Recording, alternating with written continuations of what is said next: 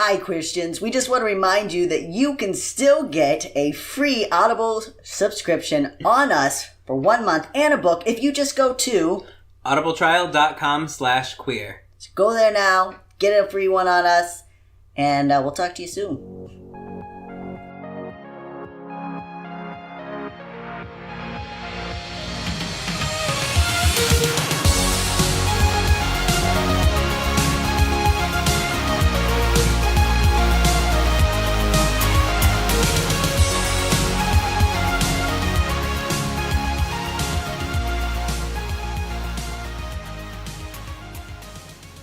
So what'd you do this week?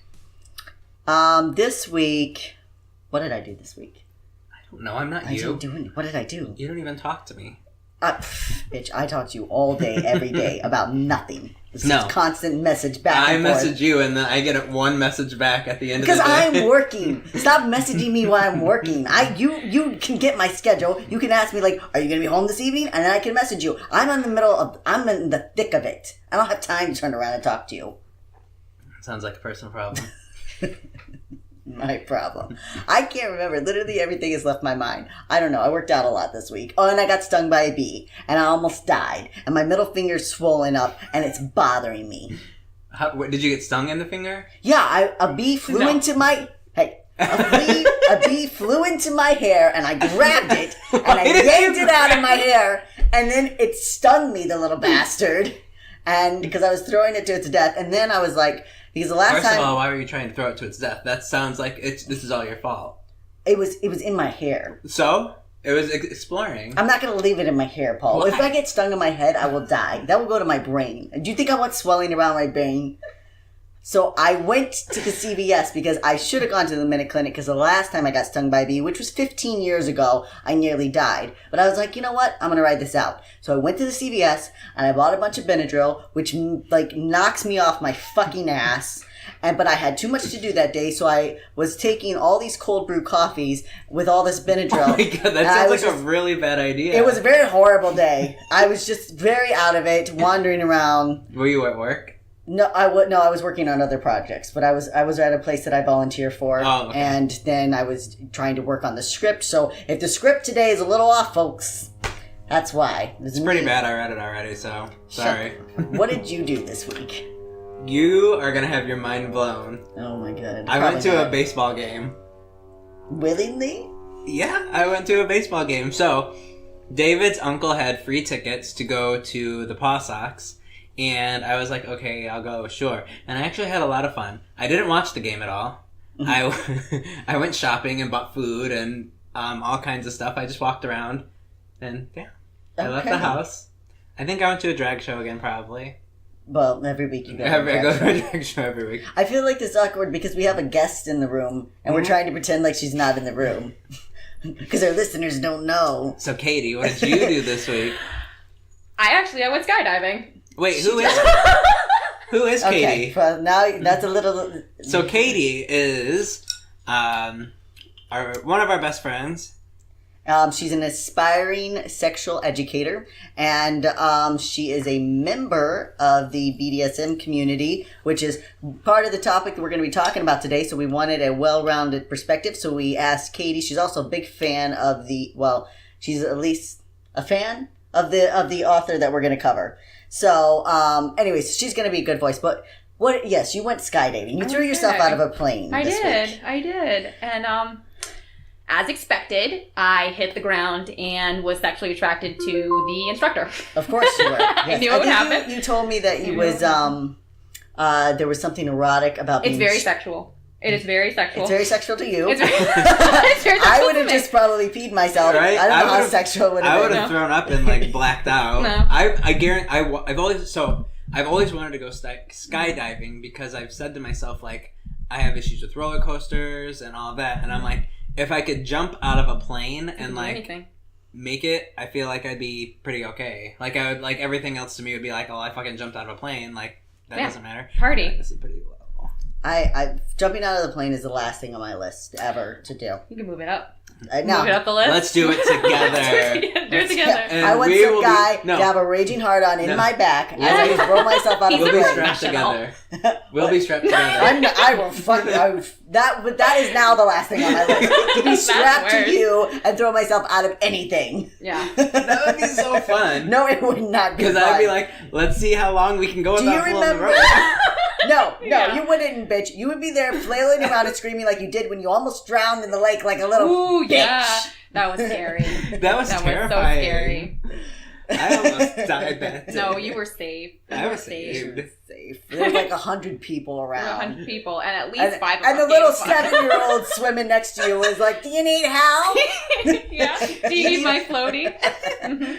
Yes. That was scary. That was fun. I was straight up moved onto that island though. I was like, I'm not leaving this Yeah. rock. I remember. Yeah, I know. Yeah, I thought we were gonna have to leave you there. I was prepared.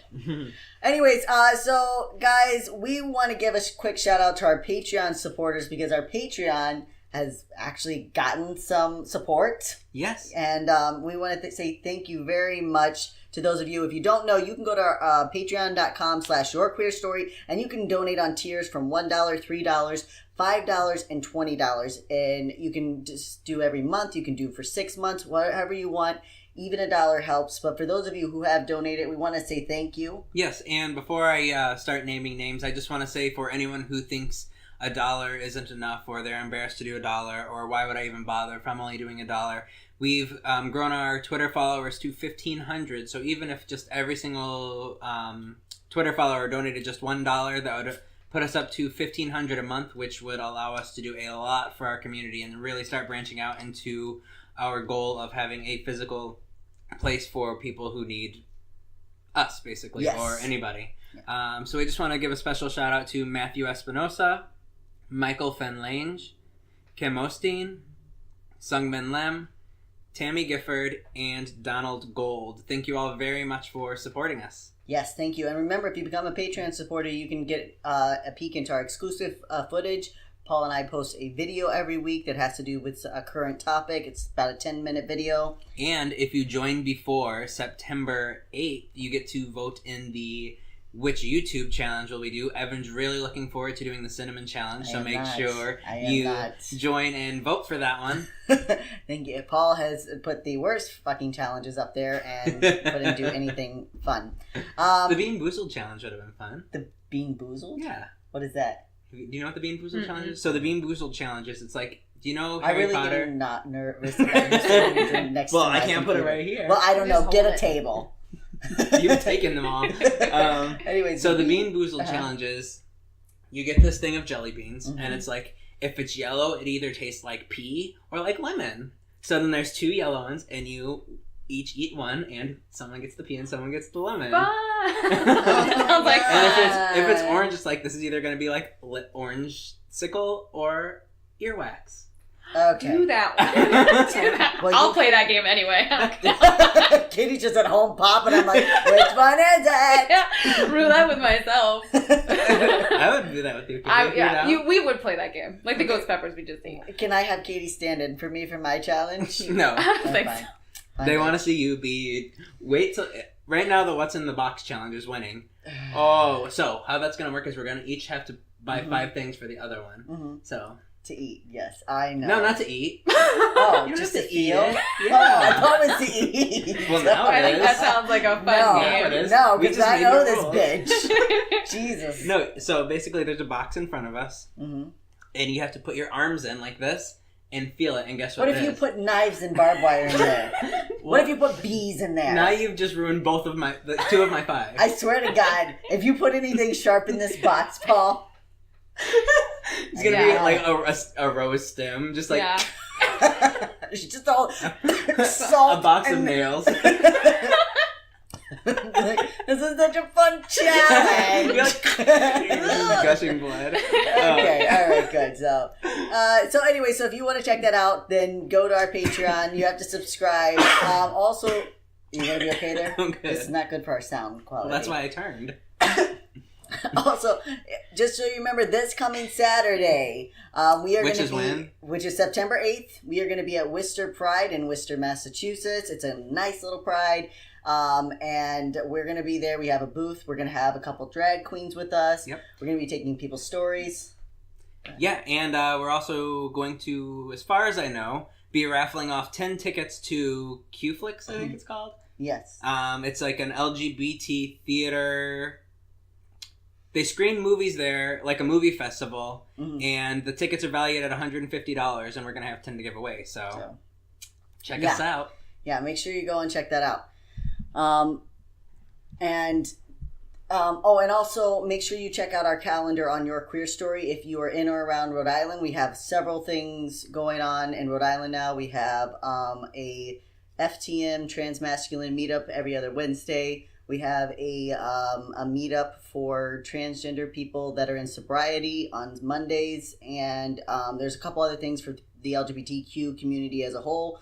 So if you go to yourqueerstory.com and you go to our events or our calendar, it'll have everything listed there for you. So go check that out. All right. And so, like we said, we introduced our guest, Katie, who's a good friend of us and an aspiring sex educator. She's definitely educated Paul and I on a lot of sexual matters. Anytime we have a question, we're just like, hey, Katie, can you tell us about this? That's literally right. I don't know how many times my fiance's messaged me and been like, well, just ask Katie about it. And then I ask her. So thank you for that, Katie. Yeah, thank you. So today we are covering a very interesting, controversial figure, the Marquis De Sade. And I'm so excited. You have read all of his works. In fact, I think you own everything that I know that some of his work were destroyed. But when did you start? What? Destroying? We're gonna get the censorship. I'm sorry. It just makes okay. It's one thing to censor it and lock it away. It's another thing to destroy it so that no one can ever know what was contained within. Yeah, that just infuriates me. I know.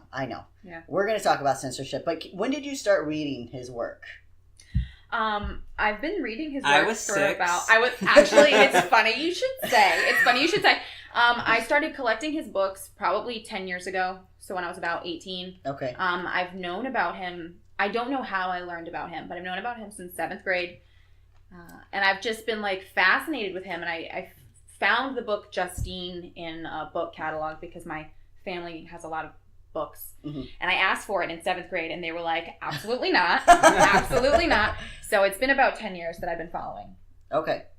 All right. So, and like I said, you have a whole bookshelf of his work. I've seen the bookshelf. In fact, I borrowed one of your books so that I could write this episode.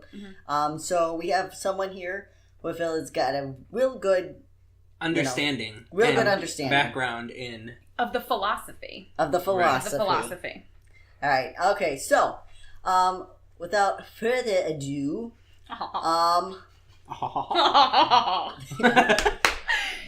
imperious, choleric, irascible, extreme in everything, with a dissolute imagination, the like of which has never been seen, atheistic to the point of fanaticism. There you have me in a nutshell, and kill me again or take me as I am, for I shall not change. I could not have done it better. A fanatic atheist? Really devoted. Interesting. Devoted atheist. Yeah, but when I think fanatic, I think yeah. Well, they're militant it's active. Atheists. It's a very active, but it's atheistic against the Christian God. But if you ask me, he definitely has a concept of a higher power. Oh, he does. Certainly. He calls it nature. Nature with a capital N. Yeah. So these were some of the final words spoken by one of the most fascinating and controversial figures in history. The Marquis de Sade was an 18th century writer, provocateur, I wrote this, and public scoundrel. His unabashed views on sex disturbed many people. His open atheism outraged others. Truthfully, like many queer individuals in history, it wasn't until many decades after his death that his works were truly appreciated. And only in the 20th century was a ban on his literature lifted. Before we dive into the Marquis story, we want to warn our listeners that we will be discussing rape, assault, kink, bondage, sadism, and more. While we fully support and encourage the right of any consenting adults to do in their bedroom or dungeon what they please, we also realize that for some people in past abusive relationships, this topic may be triggering. Please think carefully before proceeding, as this will be a no-holds-barred experience as with all our other episodes. So, Mom, if you're listening, do not. Samantha, what's her name?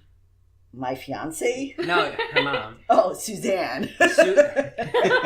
Suzanne, turn off the speakers. Or don't. Right Or now, don't. she's like, I don't know how to find them.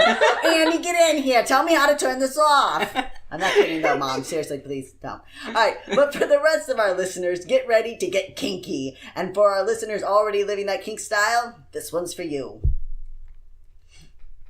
Anytime you're done swallowing. Well, there's a lot, okay? This is a thick beverage. Our listeners are imagining a lot right now. We thought we'd act things out for you today. Born on June 2nd, 1740, the Marquis entered this world with the name I have no idea. Donatien. Alphonse. Francois. We'll call him Daff. Daff for short. Donnie. Ooh, Call like him Donnie. Oh, that's okay. affectionate. There we go. He was the child of poor aristocrats whose only real wealth was their name and royal lineage. His mother was a lady-in-waiting to the Princess de Conde. A lady-in-waiting is usually a lower-class noblewoman who waits upon a high-ranking noblewoman. Some authors have suggested that Donatien was taunted by the princess's son, Louis. The young prince would taunt De Sade mercilessly, as a result, the count responded violently and was removed from the court. It has been stated that around this time, Donatien's father abandoned his family and De Sade's mother entered a convent. However, there wasn't much information to corroborate this story. We do know that later in life, Donatien's father would be involved in arranging the young Marquis' marriage. Yeah, I think it's pretty interesting that at like 6 years old, he beat the shit out of the prince and was sent away. Yeah. Like the prince. Yeah. So I think that's that pretty. was- That's a good start, right? So stay away from Katie's kids in preschool. Yeah. Kid's gonna come with a fucking crowbar. Like, Mom said it's tough. I'm Donnie.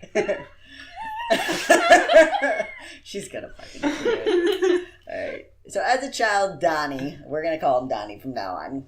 We don't want to keep insulting all our French listeners. As a child, Donnie tutored with his uncle before going off to Paris to continue his education. There he enrolled in the Lycée Louis le Grand, a secondary school which prepped preteens and young teens before they began studying for their future careers. According to De Sade's own testimony, during one of his trials later in life, he stated that he was severely abused by the staff at Louis le Grand. I like how you just like. If I just say it really fast, it's like and that his whippings during this time is what spurred his obsession with flips and floggers later in life. Now, we do realize that we have some listeners that are very beginning or have no experience in the BDSM world, so we're going to be explaining some basic terminology throughout this. So, Katie, explain to us what the difference is between a whip and flog.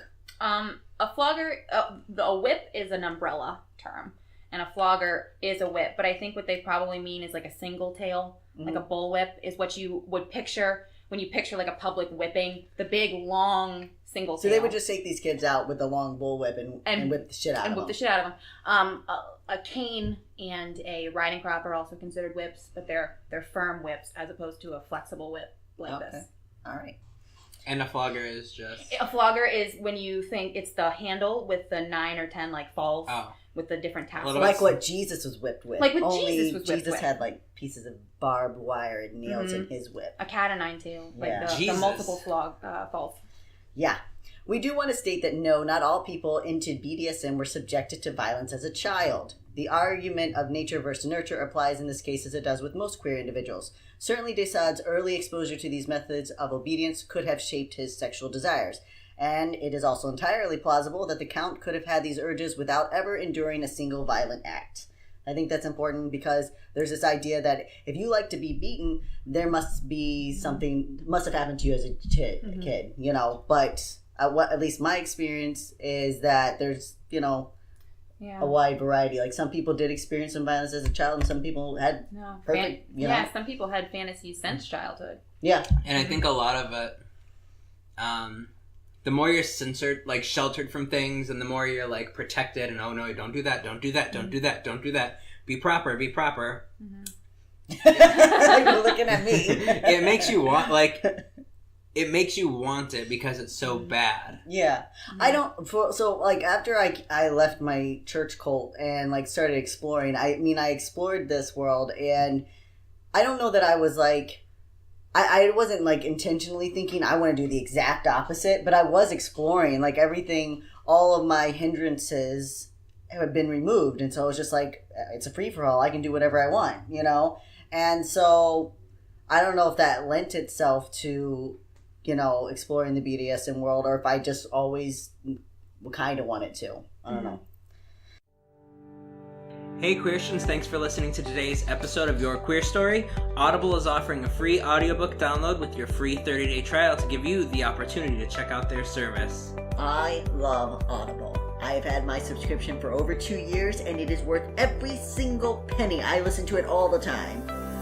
I hate to read, but I love listening to things while I work. Audible gives me the opportunity to listen to the best-selling books while I'm at my computer or driving, and makes the day fly by. And the best part is that Audible offers a wide variety of queer-friendly books as well. So you can listen to anything from The Queer History of the United States by Michael Bronski to over 200 LGBTQ fantasy novels. To download your free audiobook today, go to audibletrial.com/queer. Again, that's audibletrial.com/queer for your free audiobook. At the age of 14, Donnie joined an elite military school, and just a month shy of his 16th birthday, he became a sub-lieutenant in the French military. Working his way up through the ranks, mostly due to his family name, De Sade was a colonel in the 7 Years' War. Was it 7 years long? Yeah, good job. Way to go. They didn't care about wars back then. They're like, this is the 100 Years' War, this is the 7 Years' War. They didn't have all the fancy names that you kids do. And back in my day, we just called it what it was. This war is considered by many historians to be one of the first modern world wars. It spanned 5 continents and involved almost every powerful country on the globe at the time.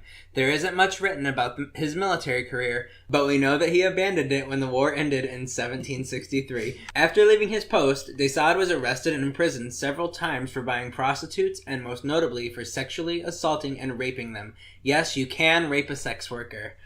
We want to point out that the Marquis is no hero of the queer community or the BDSM community. His work is notable because it has inspired people in kink circles to explore their fantasies, and there is nothing wrong with exploring with another consenting adult. But the count was not an accurate depiction of a true BDSM relationship. One of the times he was actually arrested, a prostitute turned him in for making her use a cross during whatever sexual act they were doing.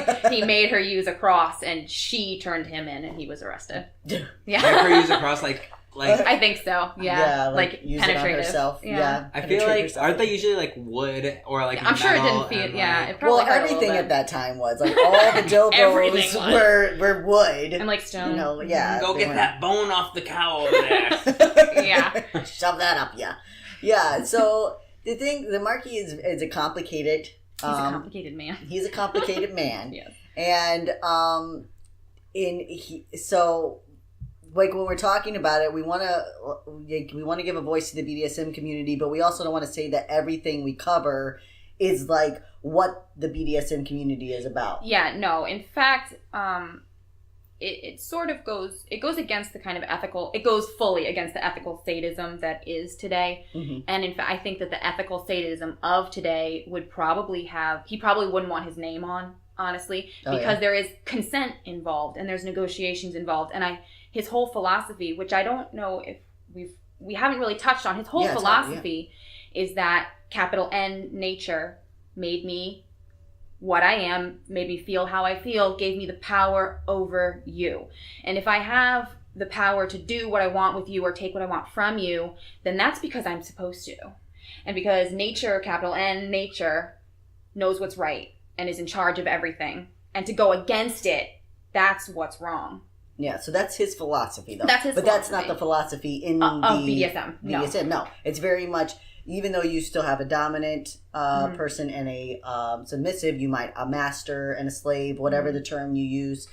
there's still a very strict lines that are not to be crossed. Respect. Exactly. There's respect. Yeah. The master does not have the right to do whatever he or she wants to their slave. No, and I think that that's a common misconception. Yeah. That the dom is the beginning and end is the law, and that the submissive, if the submissive speaks up against the dom, then they are a bad submissive, and it's all about respect and doing what's right for each partner. Exactly. And that's why people in the BDSM community had such a problem with books like the 50 Shades of Grey series, because you had this rogue dom who just thought that he could treat his sub. Anastasia, right? Exactly. He thought he could treat her however he wanted to do whatever. Right. And they used, I'm not like super familiar with the movies, but they used his childhood abuse as an apology and an explanation for why he behaves the way he does. And I think if you wanted a better, we won't get off topic, but if you want a better BDSM movie, I would look at The Secretary, because I think it's so interesting that Christian Grey is a sexy, attractive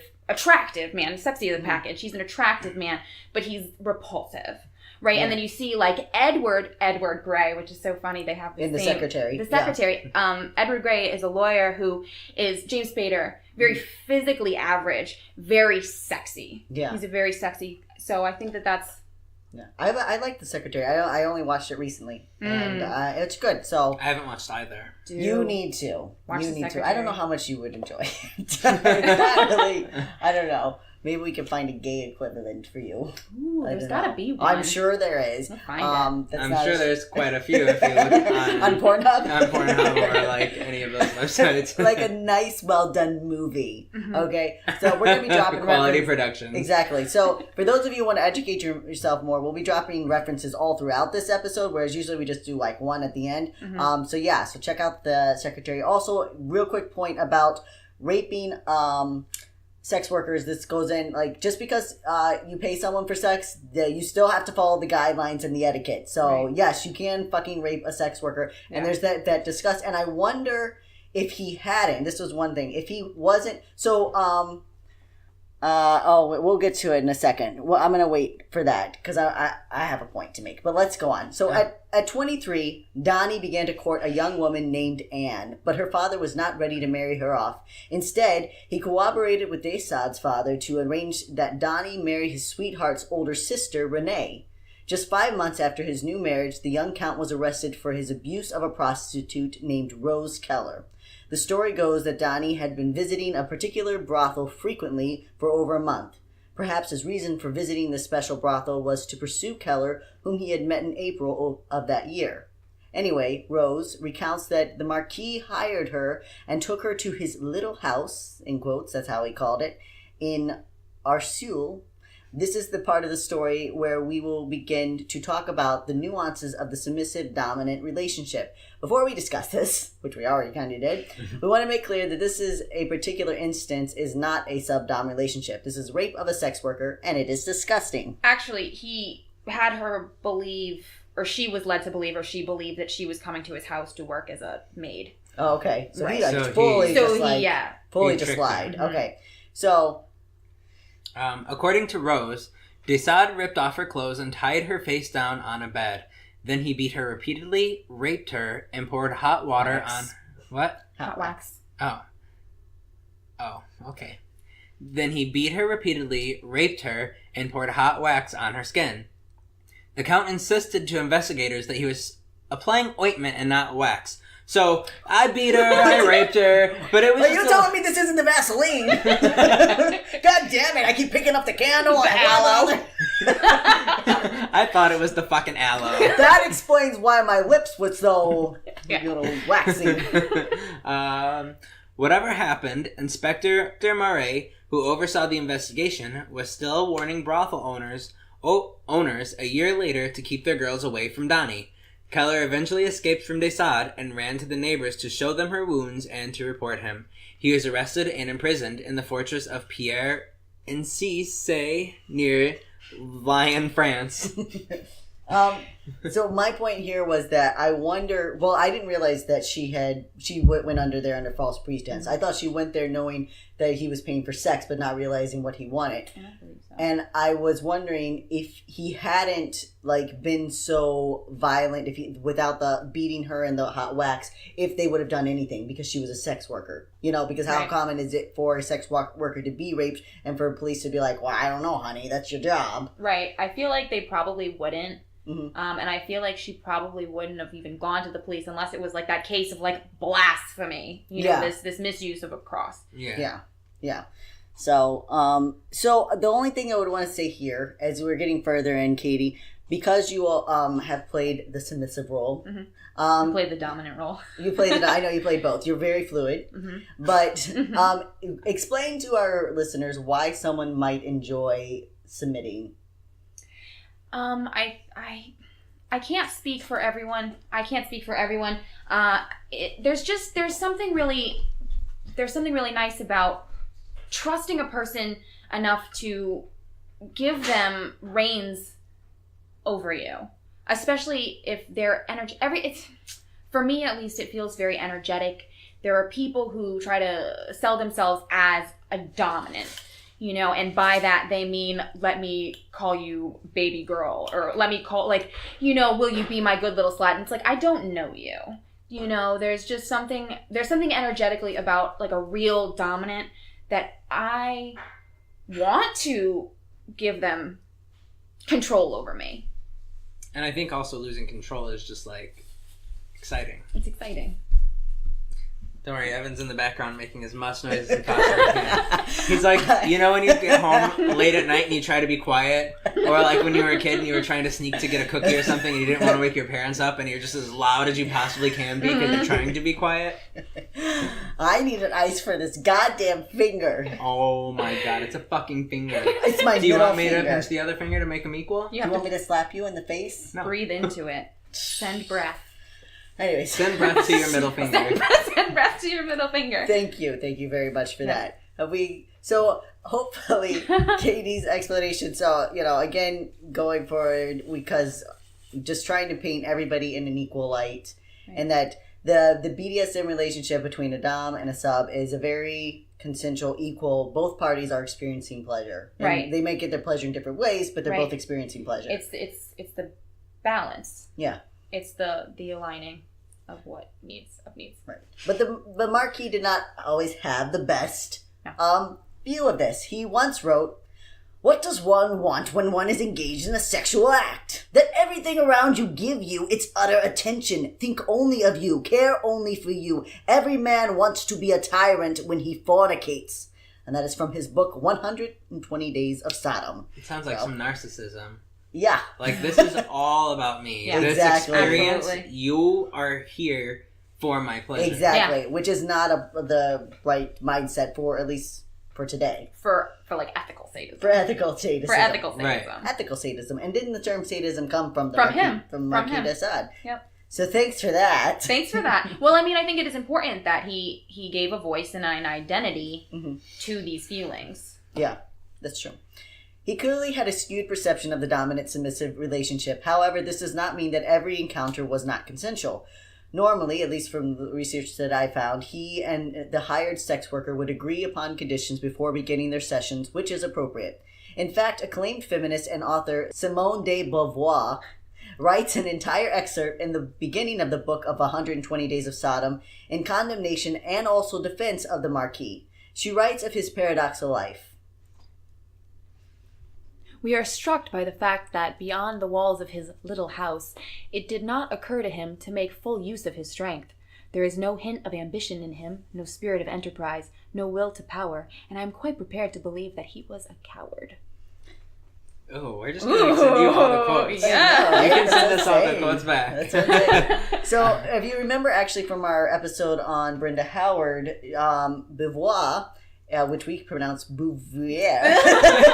Beauvoir. Beauvoir. Okay, unless your name is Smith or John or Mary, we're gonna fuck it up probably. Yeah, so just be aware. So Beauvoir is actually, she inspired the second wave of feminism. She was a strong feminist who was writing in defense of this man. Like she said repeatedly, like, he's a flawed man. He's not perfect. He had a lot of hang-ups.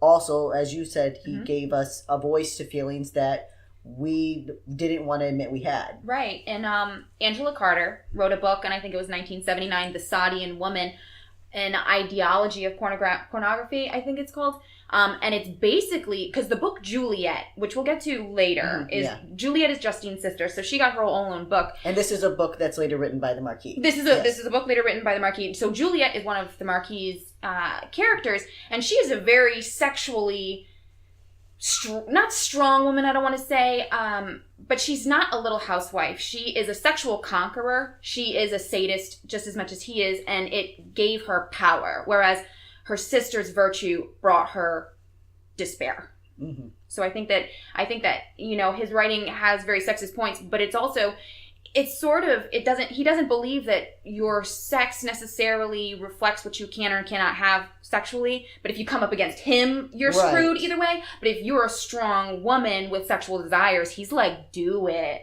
Yeah. Do it. I think because I had asked you about it, I was like, I didn't like the way that he treated his women. Because I had read some excerpts from Justine from a while back. You had given it to me, and I said I didn't like how you treated it. And you said that you didn't think that he was treating her that way because she was a woman, but because any sex object. And he had affairs, multiple affairs with men and women. Mm-hmm. Like, he was not a one... Right. I think his whole thing is like... what's it called? Darwinism. Like the strong. No, like the strong. The strong. The strong. Why can't we think of it? I don't know. What the hell is it? The survival of the fittest. Survival of the fittest. Absolutely. Right. He's like, if you're stronger than me, like, then bring it on. Like, do to me what you want. Mm-hmm. If I'm stronger than you, then I'm gonna do to you what I want. Yeah. Okay. Because it's very the sadomasochism. He's definitely done some like he enjoys a good flogging. He enjoys a good buggering, like a good buggering. Like, you could beat him too. Yeah. It's not necessarily a one-way street with him. Okay. But you had to be able to, like, force that upon him. Right. Unless you were a beautiful man. I don't know that I've encountered him to do it so much with women unless she was a strong lesbian character. Mm-hmm. But if you were a beautiful young man, he would submit to you. Okay. That's interesting. Upon his release from prison, the Marquis traveled to Marseille with his mistress Anne, his sister-in-law, in an attempt to find some money. His excursions and lifestyle had racked up quite a bit of debt. In the city, the Count wrote scandalous plays which he put on in the theater built in his house. His mistress and house servants would enact the theatrical performances. During this time, Donnie was continuing to seek out prostitutes and sleeping with his man-servant Latour. Did I say that right? Yeah. Okay, good. During a night of partying in 1772, a few of the sex workers indulged in the Marquis' pillbox and came down with severe stomach pains. The pills were known as Spanish fly, which is an aphrodisiac and can be poisonous. Latour and Donnie fled to Italy, and the French government sentenced them both to death.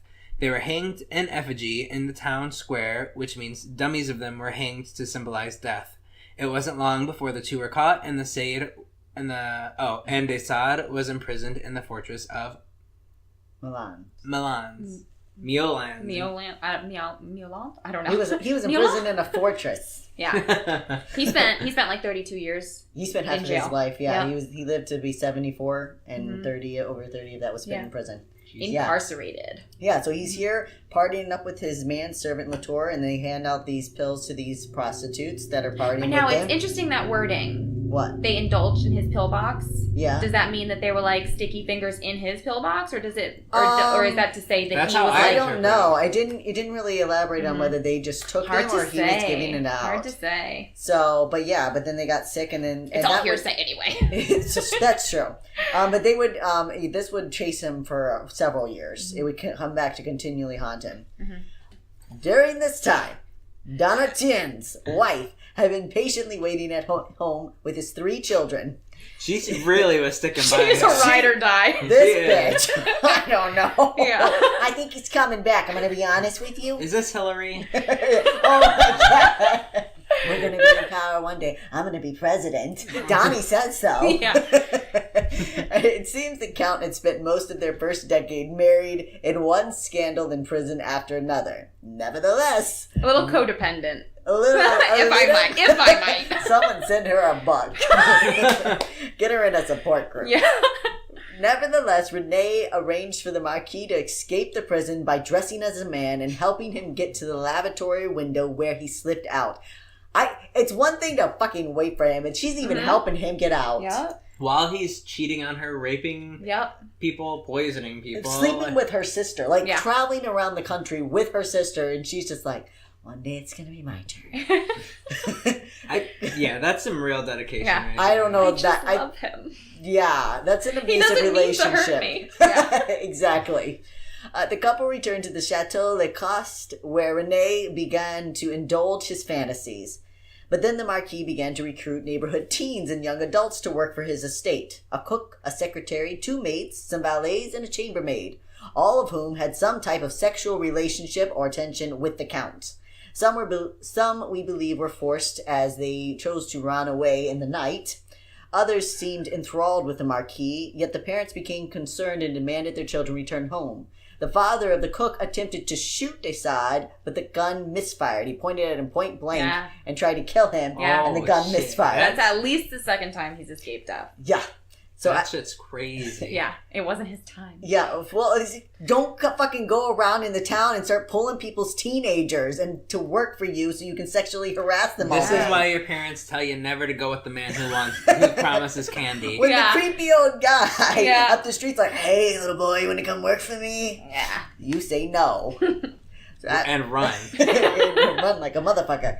After a short time, he fled. The Marquis fled again with his mistress Anne. You know what I just thought about? What? When the cook's father's gun misfired, I'm surprised he wasn't like, I'm now more powerful than you. You have no power over me.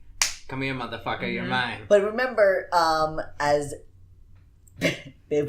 Simone said, she thought he was a coward. And really, think so. in that situation, I think he was terrified. Yeah. I don't know. But he was good at overpowering people when he had tricked them into coming to his place, tied them up, and then suddenly he's so powerful. Or they're younger, way younger. I was going to say, was he really so powerful, good at overpowering people, or is it because he chose people who were so much smaller than him anyways? Is he good at preying on people? Right. Yes. Yeah.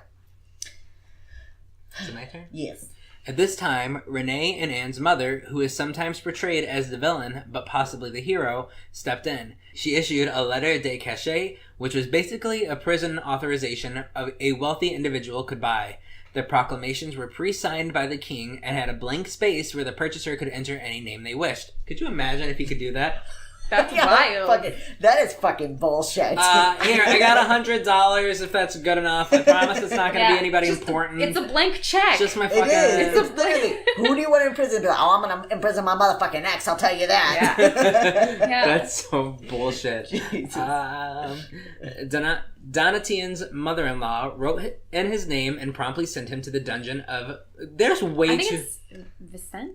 I'm sorry. These are the words, Paul. This is a French story, and there's French words. Well, I'm going to try again. Just say they sent him to a dungeon in Paris. Donnie's in the dungeon.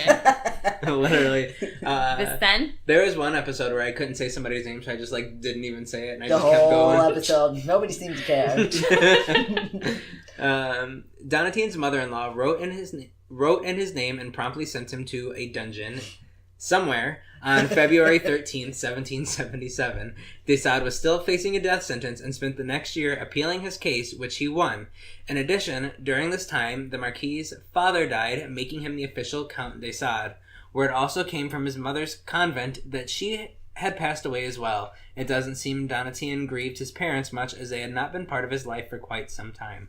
Although later in research I found that his mother did die, but his mother-in-law used it as a way to get him to Paris. Mm-hmm. She told him your mother's dying, and she tricked him into coming to Paris, and that's how he was arrested again. So what did his parents think of him? Is there any information on that? Yeah, his father was very embarrassed with him, and his mother did go and join a convent. Like, that was confirmed later. I don't know what led her to maybe having him as a son. I don't know. At 6 years old, your kid is kicked out of the court for beating up the shit. prince. Yeah, like, at that point, you're like, this isn't going to be a good life for me. Yeah. So she went off and joined a convent. And what is it, like, all involved in a convent? Is that like a cult? It's nunnery. Isn't it nuns? Yeah, it's just nuns. Yeah, no. See, I'm not. That happens in his stories a lot. Distressed women run off. Well, because they don't nuns. have anywhere. You're as a role of a woman at this time is you live with your father, you live with your husband, or you live in a convent. You couldn't just be a single woman living by yourself. No. That was her only other option. If she was going to leave her husband, she had to go live in a convent. Yeah. But if you want some hot lesbian nun action, read Juliet. Okay. Ooh, some very hot lesbian nuns. I think that's why originally I picked up the book, but then I had to get through all this other shit, and I never got there. I never got to the hot lesbian action. Yeah, lots of hot lesbian action, lots of hot gay action. There's there's all types. This is wait, this is Juliet or Juliet? This is Juliet. Never mind, I was thinking Justine. Okay, no. Juliet, folks, by the Marquis de Sade. Anyways, but his father was very repulsed by him, and just like he was happy he arranged the marriage to Renee because he would be like, here, this family can take care of him. Kind of get him out of like his marriages in noble families are business transactions. Yeah, strictly business. Strictly business. However, his mother-in-law would not see him, the Marquis, get off so easily. But he got off so easily so many times. Not this time.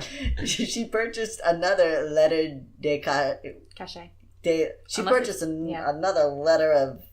Cash it. Cash it. Yeah. I'm here to cash this cash it. All right. She purchased another letter de cachet. Whatever. She purchased one of those letters. And he was sent back to the dungeon in September of 1778. His cell was windowless and locked behind 13 doors. They really treated that guy. It's not a game. Enemy of a state. Yeah. And this is the only part where I start to say, like, his crime is that he loves erotic sex. Well, and also that he's raping women. So that's true. That one's true. But that's not what people were pissed about. No. People were not pissed that he was raping women. They weren't even pissed that he was sleeping with teenagers. Nope. People were pissed about how he was doing it. Right.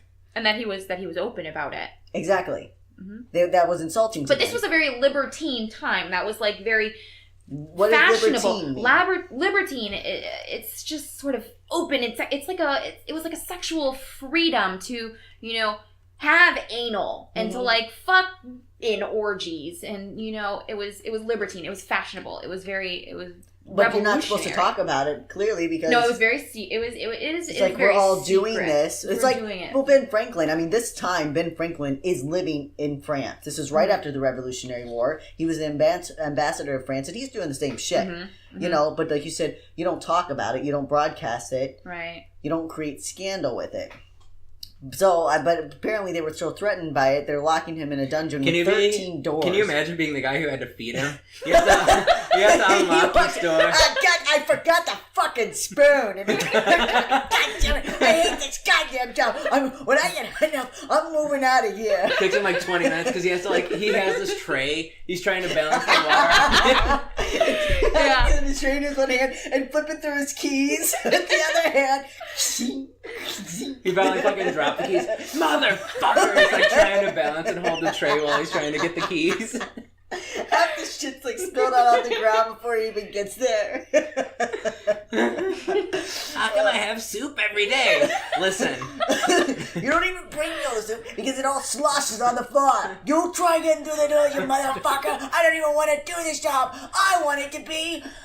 I was gonna make it big. I was gonna make it big and on the stage. I was gonna perform Shakespeare. I was gonna fight in the 8-Year War. That one was coming next. I was ready, and now I'm fucking locking up this goddamn dungeon. Then as he's leaving, he trips over all this cold water. It's fun to imagine. Okay. So, the Marquis spun into a delirium, an insanity completely broken by his imprisonment. Simone writes, others claimed the right to live their own lives, and Sade was once again made to understand that he could not turn the real world of hard fact into a theater. He was trying to make everybody play out his fantasies, but not everybody wanted to play out his fantasies.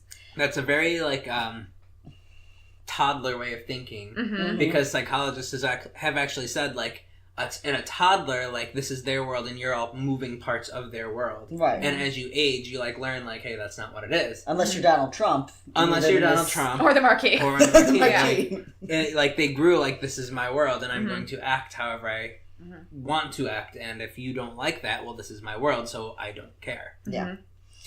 So, but as time wore on, the Marquis found a new way of expression, his writing. This is the real reason we are covering the Marquis de Sade.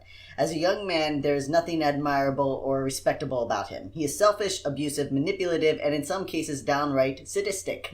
Go figure. And not in an enjoyable type of way, but in a cruel and totally self-absorbed way. In this deep prison, the Marquis de Sade found that his writing could unleash these tensions, fantasies, and ideas that were offensive and unable to be received when flaunted in another's face. Yet from the pages of a book, the public could begin to safely explore and challenge centuries of conventional thinking, and not just ideas on sex, but ideas on God and government and societal standards. In the second part of the story, we will begin with de Sade's 1782 piece, Dialogue Between a Priest and a Dying Man, where the Count boldly declares himself an atheist. So make sure you tune in next week to hear the completion of the tale of such an unconventional individual. But that is all we have time for today. Your recommended resource is Dialogue Between a Priest and a Dying Man, which is available online and is about a 15-minute read. You can also go on YouTube and have people read it for you. But So I tried to listen to it on YouTube, but I just feel like I couldn't follow it because when I looked at the actual text, it was like blocks. Mm-hmm. Yeah. And I feel like it's hard to like follow along in your head. Yeah. All right. Maybe so you can. Maybe I can't. I don't know. Maybe do or maybe don't. But check it out. And remember our other resources, our references. We talked about Juliet, written by the Marquis de Sade. Mm-hmm. We talked about watching The Secretary with Maggie Gyllenhaal and James Spader. And then you wanted to promote, for those in the kink community. Check out, if you're into DGLG or in need Daddy Dom Little Girl, or more broadly, CGL as caregiver / little. If you are in need, or if you're a raver, if you need an adult passy, check out Rebecca at Kitten's Craft Corner on Etsy. She is so sweet. She's so sweet. She just did a custom passy for me. She sent me a picture of it. It's Hello Kitty with little gems and pearls. It's just super cute. She's so sweet. You'll message back and forth and she'll figure out what you want and she'll do it so right for you. So check her out. She's on Etsy, Kitten's Craft Corner. Tell her that Your Queer Story and Katie sent you. That's right. And if you live in or around Providence, Katie actually... Yeah, check out Mr. Sister on the east side. Super cute, very queer space, boutique-y stuff. If you need some cool stuff that you can't get at a mainstream shop, come see us. Yeah, it's real good quality stuff. It's not like amazing, not... It's not cheap. It's like the boutique. So instead of going to Walmart for your supplies, you're going to like a boutique, nice upscale, like where instead you're going to instead of going to Stop and Shop for your makeup, you're going to MAC or Sephora. Yeah, exactly. I got a beautiful penis there that I love to use in the bedroom. It's really nice. So probably better than your dick, Paul. So so if you want some good quality stuff, that's Mr. Sister on the east side in Providence, and Rebecca's shop, Kitten's Craft Corner. Kitten's Craft Corner on Etsy. Yeah. Just remember that you can check out our calendar. We've got face-to-face events there. We are going to be having something, the Church of Queerstianity, on September 16th. So once a month meetup, donuts and coffee. If you plan on coming and you can't drink coffee, or like there's something... I want to try to make sure that everybody has something. So I know, like, for example, David can't have coffee. So maybe we'll bring like some tea or something. But if there's anything... I don't know. We'll figure it out. Any dietary restrictions, just message us on one of our many Vegan, social medias. gluten-free, paleo, keto. Okay. Well, Katie's not invited. You're not. Yeah. If you consider yourself any of those, do not come. Yeah. All right. And so that's what that is. So again, that's going to be on September 16th, 10 to 12 a.m. You can find the location at yourqueerstory.com. Go to the calendar. And you can find us everywhere on any form of social media you have. Just look us up at Your Queer Story. We offer something a little bit different on every platform. So whatever you're into, just give us a follow. Yep, make sure you come check us out this Saturday at Worcester Pride and stay queer. And don't get a lobotomy.